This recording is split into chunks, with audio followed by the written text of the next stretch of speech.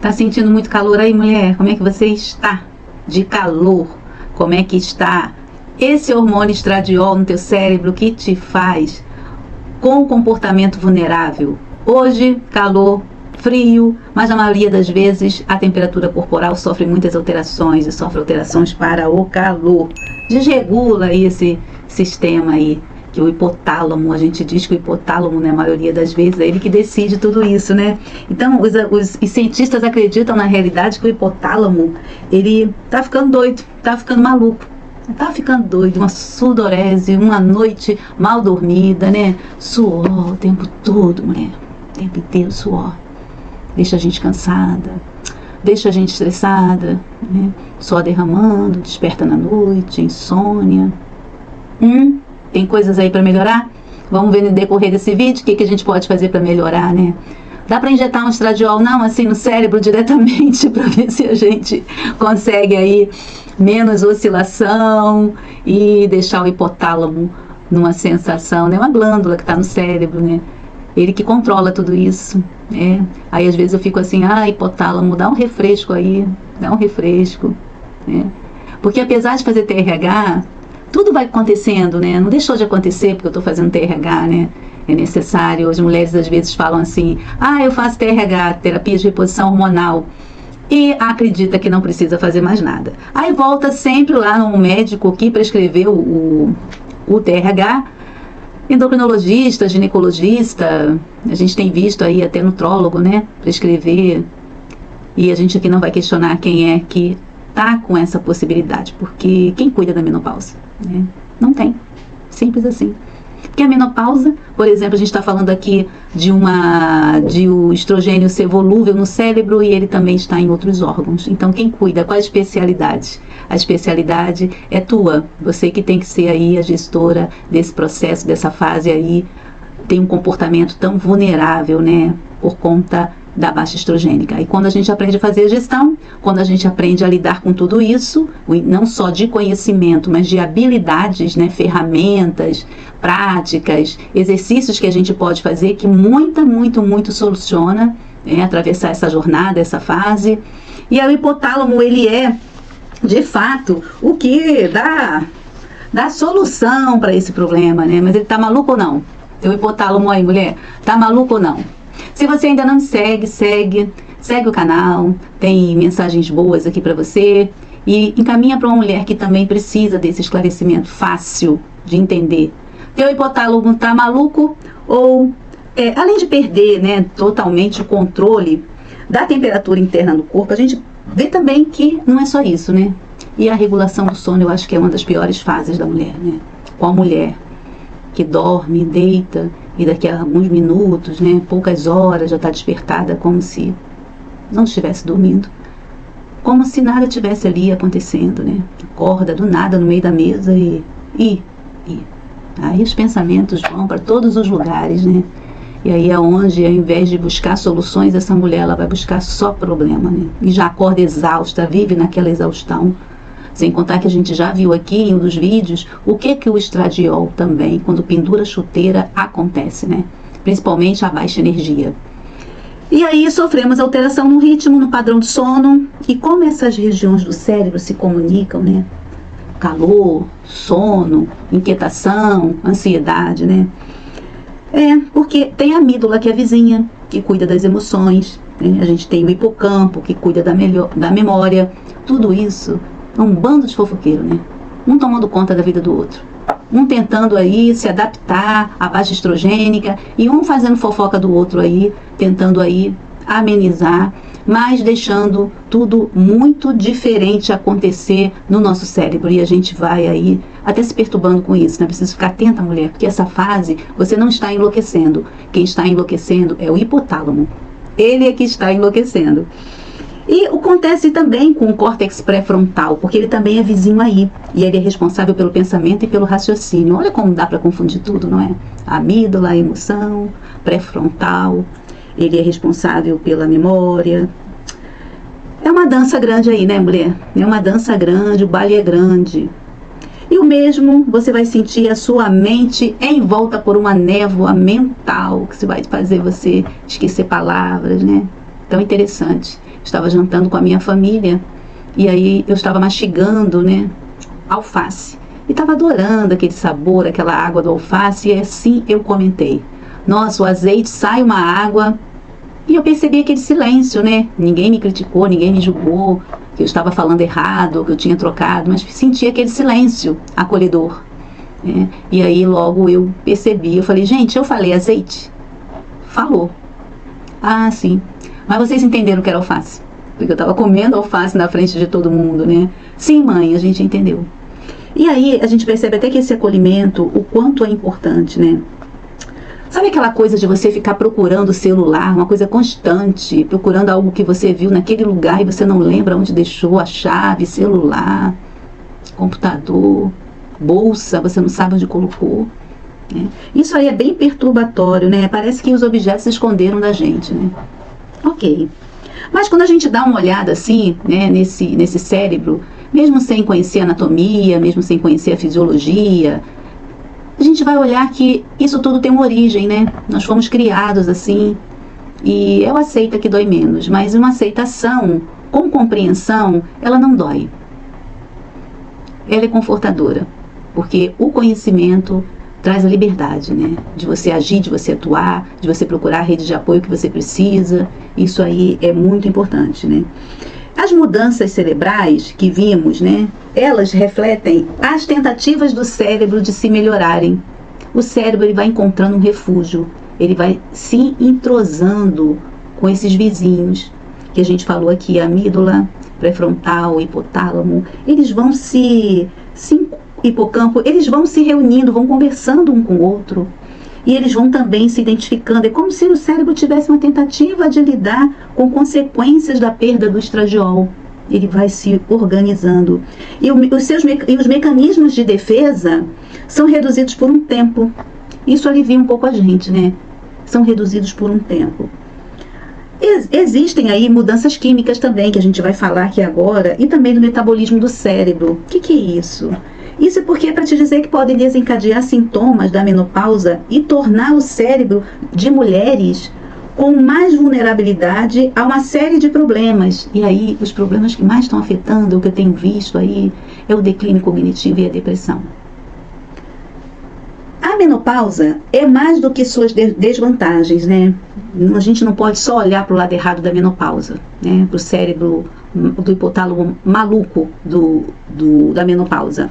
Ela não é só uma janela de vulnerabilidades, né? É também de oportunidade. Por que eu digo isso? Por que também é de oportunidade? Olha quantas coisas aconteceram aí na tua vida com essa fase. Seja de alívio de sintomas, seja de mudança de paradigma, seja de um olhar mais esclarecedor e amenizador dessa fase que você está passando e eu também estou passando. É um momento de importância até de identificar sinais de risco de outras doenças, porque às vezes você percebeu algo que não está bom e daí também descobriu aí outras doenças que amenizaram os riscos dessa doença, por tratamento, por conhecimento e prevenção. Né? E aí é importante que, usando as estratégias corretas, a gente vai percebendo que vai melhorar também, vamos dizer assim, vai prevenir também riscos que complementam essa ação do cérebro. Procurar, vamos dizer assim, mulheres com experiência em menopausa, que já estão aí, que já aprenderam a construir um meio de minimizar os sintomas e até de reduzir muito qualquer risco potencial de problemas no futuro, né? Eu costumo dizer que a mulher na menopausa, ela precisa aumentar as suas percepções, olhar o que está ao seu redor, para interagir com aquele meio, sabe? Tipo, sabe quando o idoso, ele precisa readaptar a casa para minimizar risco? A mulher na menopausa, ela também precisa readaptar a casa mental para construir alicerces mais fortes, mais profundos, mais inteligentes. Porque se passamos 40% da nossa vida no período de climatério, significa que temos que ter uma atenção muito especial a isso. Então, eu penso que a menopausa, ela também traz aí novas oportunidades. E a gente também vai percebendo que existe assim, na maioria da população feminina, e eu acredito que vocês vão entender bem o que eu estou falando, é só basta olhar para o lado, olhar para uma mulher que está na fase do climatério. E aí essa fase a gente vai medir pela idade cronológica. E aí a gente vai percebendo, né, mulheres com gordura abdominal, mulheres que já começam a apresentar reação muito maior do que ação. Na parte cognitiva, há uma perda. A gente vai percebendo não só do esquecimento, não só da memória, mas a gente vai percebendo uma fragilidade, um certo medo, uma certa insegurança. E a família também já começa até a super proteger. A gente até fica pensando, né? Muitas mulheres que eu vi adoecerem por doenças que poderiam ter sido evitadas, foi exatamente por não conhecer essa fase, por desconhecer de completo. E foram muitas das vezes poupadas pelos seus familiares, né? Eu costumo dizer que mulher doente é mulher para sempre.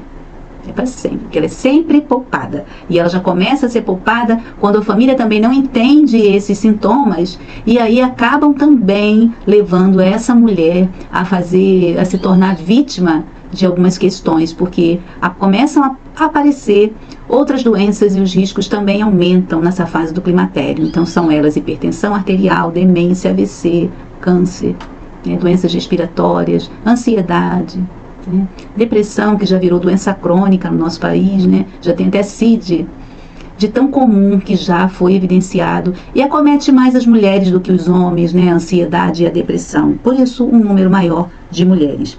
Então a gente vê que aí esse hipotálamo que fica maluco, a gente percebe que ele aí sofre algumas alterações, mas um dos sintomas, por exemplo, como confusão mental, eu assisti muitas mulheres doentes com confusão mental. Não pela doença, mas pela fase em que se encontravam, principalmente quando... Qual o medicamento que você toma?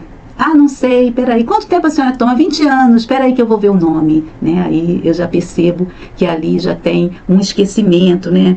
E essas ondas de calor, parece que vão aumentar, parece que vão diminuir. Como é que a gente sabe, né? Como é que a gente sabe o que circula de estradiol no cérebro para ficar tão vulnerável, né, a esse encontro todos esses vizinhos que dependem daquele hormônio, e aí não tem o suficiente, né, que dê conta, e tem muitas oscilações, né? O que a gente pode pensar também aqui, quando eu falo da questão da energia, né? O que a literatura traz pra gente da energia? Que o cérebro, por não ser mais o comandante ativo, né? Eu falo ativo no entender que está tudo ali formando certinho, está tudo fluindo bem, mas aquele momento que o cérebro já está passivo, né? Está se readaptando àquilo que é necessário para que a mulher possa viver.